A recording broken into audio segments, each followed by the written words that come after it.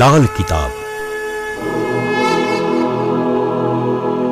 જેના સામાન્ય અને વૈજ્ઞાનિક ઉપાયો તમારા માટે પથદર્શક અવશ્ય બનશે. લાલ કિતાબ બનશે આપની સમસ્યાનો અંત, જેમાં આપના માર્ગદર્શક રહેશે શ્રી હરિવદનભાઈ ચોકસી.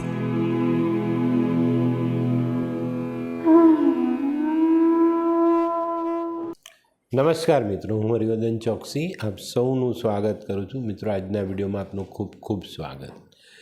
મિત્રો, માનવી એક એવું પ્રાણી છે કે બીજાની ભૂલ તો દેખાય પણ પોતાની ભૂલ ન દેખાય. બીજાની રાઈ જેટલી ભૂલ હોય ને તો હો બહુ મોટી દેખાય, અને પોતે જો તરબૂચ જેવી ભૂલ કરી હોય ને તો એમ કે મેં કાં કરી છે. તો આ જે સ્વભાવ છે ને એને આપણે જીવનમાં સુધારવાની જરૂરિયાત છે. આપણે આપણી જાતનું પોસ્ટમોર્ટમ કરવાનું છે કે ભાઈ મારી અંદર શું છે એને આપણે જાણવું જોઈએ ને. કોઈ નથી જાણતું, બસ બધાને બીજાનું જાણવું છે, પોતાનું કંઈ જ નથી જાણવું. અને પોતાની ભૂલ તો જાણે મેં કીધું ને એવી રીતના દેખાતી જ નથી એ લોકોને. અને આ જે બાબતો માનવી જીવનમાં જોડે છે ને એનાથી જીવનમાં ઘણી વખત એવી ભૂલો કરે છે કે પોતાના વિકાસને રૂંધી નાખે, પોતાની જાતમાં જે સુધારાની જરૂર છે એને અનદેખો કરે. તો આ વસ્તુ પોતાના માટે જ ખોટી સાબિત થાય છે અને એ યોગ્ય નથી. એની પર કાળજી આપણે અવશ્ય રાખવી જોઈએ. હવે આ બાબત છે ને આપણે થોડી અલગ રીતે સમજવી જોઈએ, કારણ કે આવી જે પોતાના માટે વિચારવા જેવી બાબતો બહુ ઓછા લોકો જાણે છે અને બહુ ઓછા લોકો સમજે છે, અને કોઈ વિચારતું જ નથી. હું ઓકે છું, મારામાં કોઈ ભૂલ છે જ નહીં. પણ મિત્રો, બહુ જ સમજદારીની બાબત છે. જો એને તમે ન સમજો તો જીવનમાં ઘણું બધું તમે ગુમાવો છો. તો મિત્રો, આ બાબતને સમજવા માટે આજે આપણે એક સુંદર, નાની પણ સુંદર વાર્તા સાંભળીએ, સમજીએ.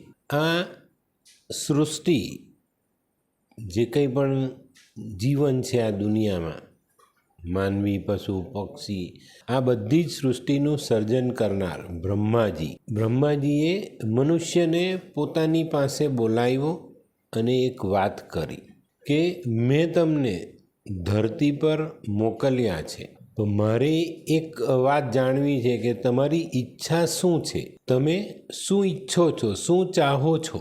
મનુષ્યએ જવાબ આપ્યો કે મારે મારા જીવનમાં ખૂબ પ્રગતિ કરવી છે, ખૂબ ધન કમાવું છે, ખૂબ આગળ જવું છે, સુખ શાંતિ આ મને જોઈએ છે, અને દુનિયાના બધા લોકો મારી પ્રશંસા કરે અને મારો આદર કરે એવી મારી ઈચ્છા છે. અને બ્રહ્માજીએ વાત સાંભળી ને મનુષ્યની સામે 2 થેલા મૂક્યા.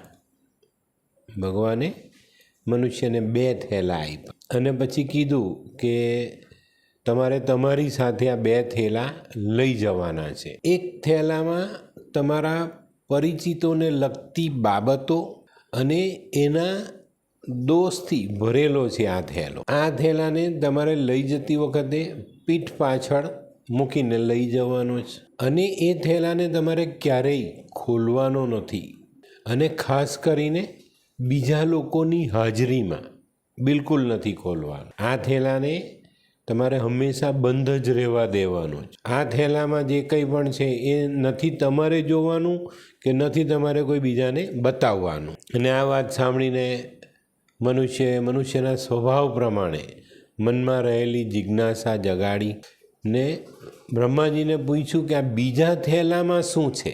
તો બ્રહ્માજીએ કીધું કે આ બીજા થેલામાં તમારા પોતાના દોષ અને દુર્ગુણ મેં ભરેલા છે. આ થેલાને તમારે આગળ રાખવાનો છે અને વારંવાર એને ખોલીને જોવાનો છે, અને બીજું કોઈ જોવા માંગે તો એને પણ બતાવવાનું છે. મનુષ્યએ તો બ્રહ્માજીની વાત સાંભળીને બંને થેલા ઉઠાવીને ચાલવા માંડ્યું. પણ ઉતાવળમાં મનુષ્યથી એક ભૂલ થઈ ગઈ. માનવીએ પોતાના જે પરિચિતો હતા, પોતાના જે સગા હતા, એના દોષનો થેલો આગળ લટકાવી દીધો અને પોતાના દોષ અને પોતાના દુર્ગુણથી ભરેલો ઠેલો પાછળ મૂકી દીધો. મનુષ્યએ પરિચિતોનો જે થેલો હતો તે આગળ લગાવ્યો, એ લોકોને વારંવાર ખોલીને બતાવવા માંડ્યો. પોતે જોયું, બીજાને પણ બતાવ્યું અને પોતાના દોષનો જે ઠેલો હતો એને પાછળ મૂકી દીધો. એને કોઈને બતાવ્યો નહીં અને થેલાનું મોઢું બરાબર કસીને પકડી રાખ્યું કે આ થેલાની અંદરની વસ્તુ હું કોઈને બતાવું નહીં. થેલો આગળ પાછળ થઈ ગયો, એમાં બ્રહ્માજીનું વરદાન પણ આગળ પાછળ થઈ ગયું. મનુષ્યને પ્રગતિ મળવી જોઈએ, એની જગ્યા પર એને અધોગતિ મળી. સુખ શાંતિને મેળવવામાં એને દુઃખ ને અશાંતિ મળી ગઈ. લોકો પાસે આદર મળવો જોઈએ, એની જગ્યા પર એને અનાદર મળ્યો અને લોકો પ્રશંસા કરવાને બદલે એની ટીકા કરવા માંડ્યા. તો મિત્રો, જ્યારે બ્રહ્માજી પાસેથી આપણા ઠેલા લાવ્યા અને આપણાથી જે ભૂલ થયેલી છે એને આપણે જો સુધારી લઈએ તો બ્રહ્માજી પાસે મનુષ્યએ કરેલી માંગણી એના મુજબ આપણા જીવનમાં પ્રગતિ, સુખ શાંતિ, આદર, સન્માન આ બધું સમાય. મિત્રો, આપણી જે માનવીય ભૂલ છે તેમાં આપણે સુધારો લાવતા નથી.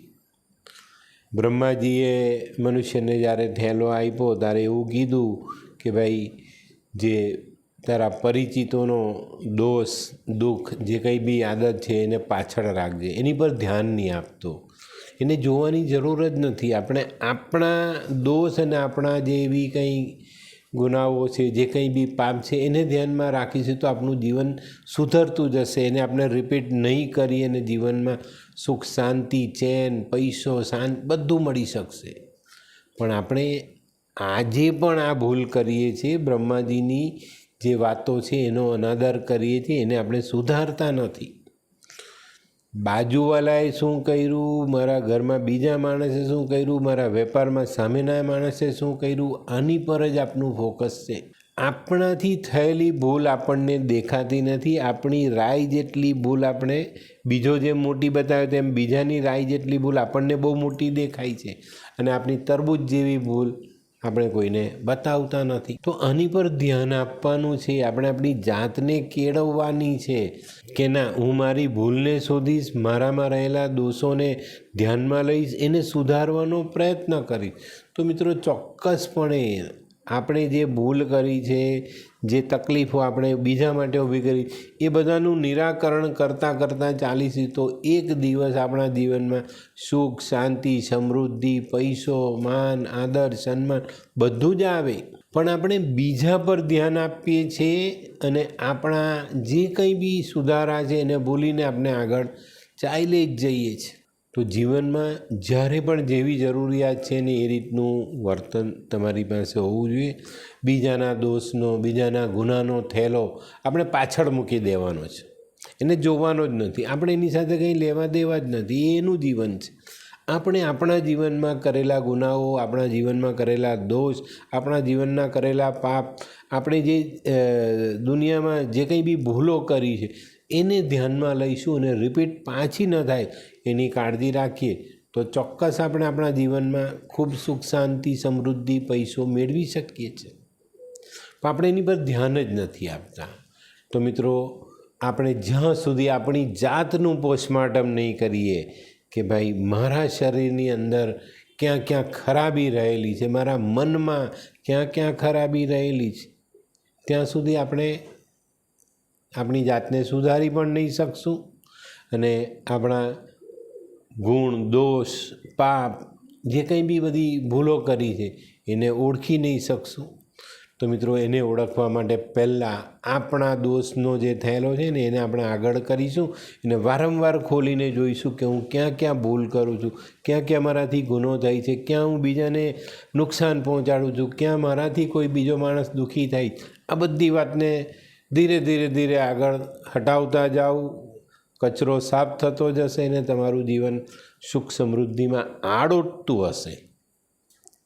ચોક્કસ કહું છું. તો મિત્રો, બહુ જ સમજવા જેવી વાત છે.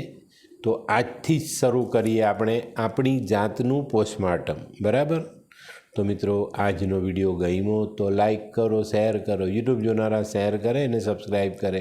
હું હરિવર્ધન ચોકસી આપ સૌની રજા લઉં. ફરી મળીએ નવા વિડીયોમાં નવી જાણકારી સાથે. તો ચાલો બદલીએ જિંદગી. નમસ્તે.